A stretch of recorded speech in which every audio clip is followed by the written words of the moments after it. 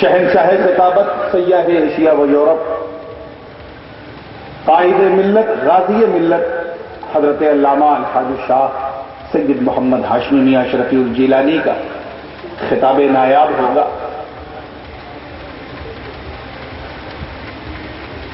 قابل مبارکباد ہیں محدث اعظم مشن کے جملہ اراکین منتظمین، جنہوں نے ایک ایسی شب ہمیں عطا کی ہے جس میں رب کا کرم ہے، غوث کا بھرم ہے۔ اب چاہے موسم گرم کیوں نہ ہو، ہمیں اس کی پرواہ نہیں، ہم گرم کی دیکھ لینے بیٹھے ہیں۔ واہ واہ، بالکل اسٹیٹ اوے ایکسپریس ہائی وے پر آتے ہوئے، کیونکہ آج میں کسی زور بیانی یا کسی خطابت یا واضح و نصیحت اس کے موڈ میں نہیں، میں صرف آپ کا موڈ بنانے بیٹھا ہوں، تاکہ آپ کا موڈ ایسا ہو جائے کہ جب غازی ملت آئیں اور آپ کو دیکھیں تو ان کا موڈ بن جائے۔ تو جس موڈ میں آپ رہیں گے، جیسی آپ کی سنی ہوگی شیرینی، ویسا ان کا فاتحہ ہوگا۔ تو پورے رنگ کے ساتھ بیٹھیے، قادری رنگ ہو، چشتی ڈھنگ ہو، رفاعی سنگ ہو، اشرفی کا رنگ ہو، رضوی ڈھنگ ہو، تو صرف زمین نہیں آسمان بھی دنگ ہو جائے۔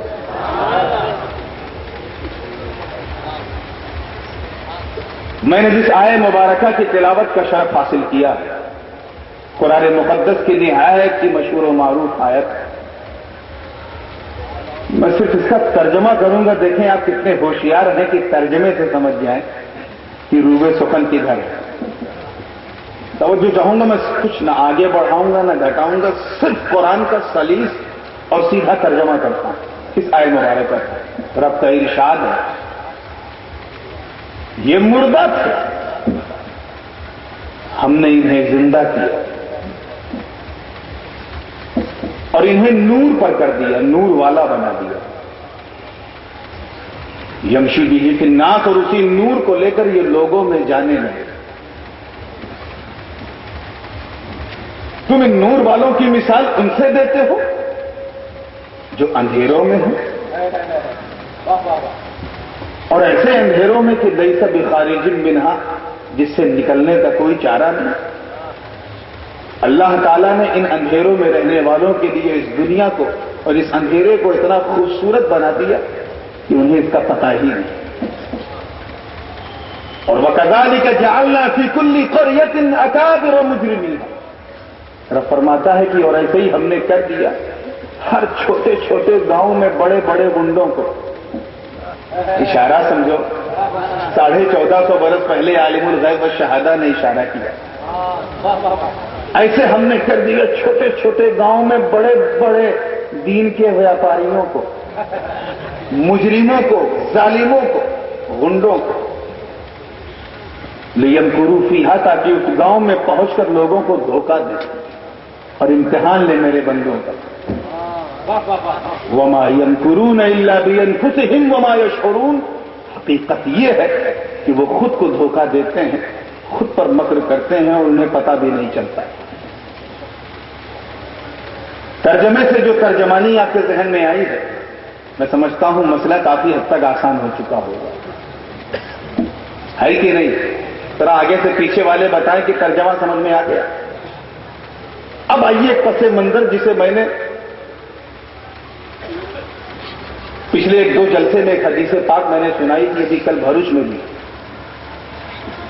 اور کیونکہ آج جشن غوث اعظم ہے، دل چاہتا ہے کہ اسی حدیث کی رہنمائی سے گفتگو کو آگے بڑھاؤں،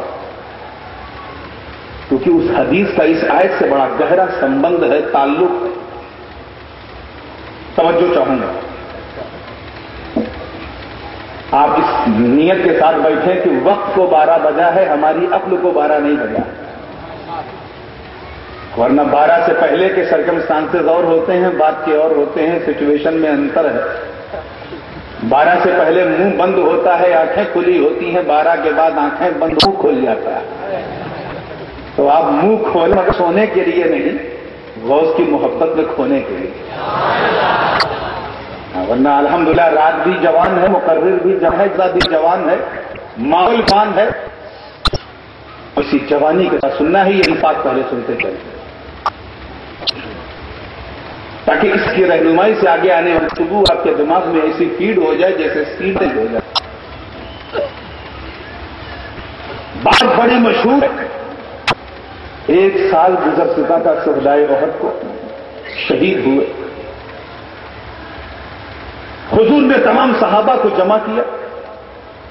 میں یہ اشارہ کرتا چلوں کہ یہ حدیث پاک ترمذی شریف میں حضرت ابو عیسیٰ ترمذی نے من وعن نقل فرمائی ہے. اسی حدیث پاک کو مصنف ابن عبد الرزاق میں بھی نقل کیا گیا ہے نحوہ کی عبارت سے. یہی حدیث ابن حجر اسقلانی نے بھی اپنی کتاب میں نقل کیا ہے. حاکم نے اپنی مستدرک میں اسے نحوہ کہہ کر مختلف طرق سے اسے بیان کیا ہے، یہاں تک کہ اپنے وقت کے محدث اعظم، اپنے وقت کے مجدد، اپنے وقت کا عالم نبیل شیخ اکبر سیدنا شیخ محقق علی الاطلاق محدث عبدالحق محدث دہلوی رحمۃ اللہ تعالی علیہ نے بھی اس حدیث پاک کو نقل کیا ہے. اور دولت المکیہ کے اندر امام اہل سنت اعلیٰ حضرت فاضل بریلوی علیہ رحمت و رضوان نے بھی ڈنکے کے چوٹ پہ اسے نقل کیا ہے. میں آج وہ حدیث سناتا ہوں. شہدائے احد کے قبرستان میں حضور اپنے صحابہ کو لے کے جا رہے ہیں. کہاں لے کے جا رہے ہیں؟ قبرستان میں. اب قبرستان میں کسی کو لے جانا یا جانا بدعت نہ سمجھنا، مصطفیٰ کی سنت سمجھنا. لے کے گئے. ان میں کوئی عدالت کا شہسوار ہے، کوئی ثقافت کا پرچم لیے ہوئے ہے، کوئی عدالت والا ہے، کوئی کرامت والا ہے، کوئی نجابت والا ہے، کوئی قیادت والا ہے، کوئی امامت والا ہے، کوئی سیادت والا ہے. سب کو لے کے چلے. پوچھنے والے نے پوچھا یا رسول اللہ صلی اللہ علیہ وسلم بات کیا ہے؟ تو کہا آج وہ دن ہے جس میں شہدائے احد شہید ہوئے. استشہدوا فی ھذا اليوم المبارک. آج کے دن کو مبارک رسول نے فرمایا کہ آج کے دن شہدائے احد شہید ہوئے. انہی شہداء میں حضور کے عم محترم ہیں، چچا جان حضرت امیر حمزہ ہیں. حدیث کے الفاظ بتاتے ہیں کہ حضور سب سے پہلے اپنی چچا جان کی قبر پہ گئے، تشریف لے گئے. انہ قرأ ما تیسر من القرآن. انہوں نے قرآن کی تلاوت کی جو انہیں پڑھنا تھا پڑھ لیا. صحابہ نے ہاتھ کو بلند کیا، وہ امموا، اور سب نے آمین کہا. وہ امنوا، آمین سب نے کہا. نبی دعا مانگ رہے ہیں، صحابہ آمین کر رہے ہیں. چشم فلک نے بھی ایسا منظر دیکھا. امیر حمزہ کی قبر ہے، حضور دعا مانگے. امیر حمزہ کی قسمت کو سلام، ان کی عظمت کو سلام، ان کی سیادت کو سلام، ان کی قیادت کو سلام، ان کی شہادت کو سلام.